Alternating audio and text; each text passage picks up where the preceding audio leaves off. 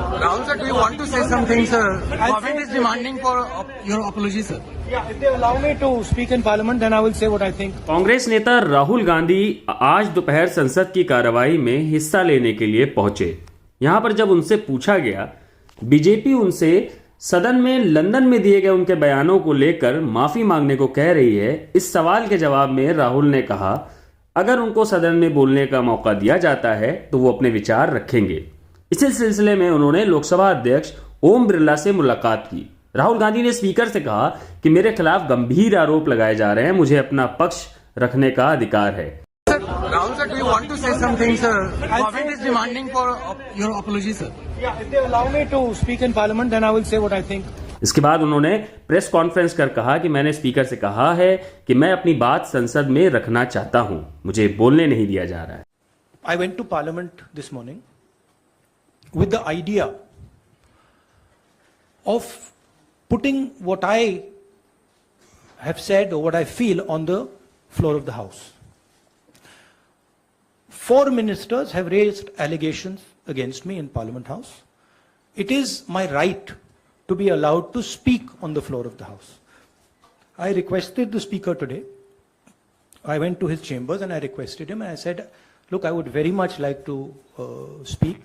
I told him that people from the BJP have made allegations against me, and as a member of Parliament, it is my right to speak. He was non-committal. In his way, he smiled. But I'm hopeful that I will be allowed to speak tomorrow.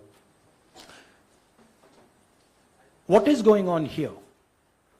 This story started the day I gave my speech in Parliament about Mr. Adani. And I asked some fundamental questions to the Prime Minister about his relationship with the businessman, about how Mr. Adani has been given pretty much the entire India-Israel defense relationship, how he's been given the Bombay airport, other airports, how rules have been changed to allow him to be given these things.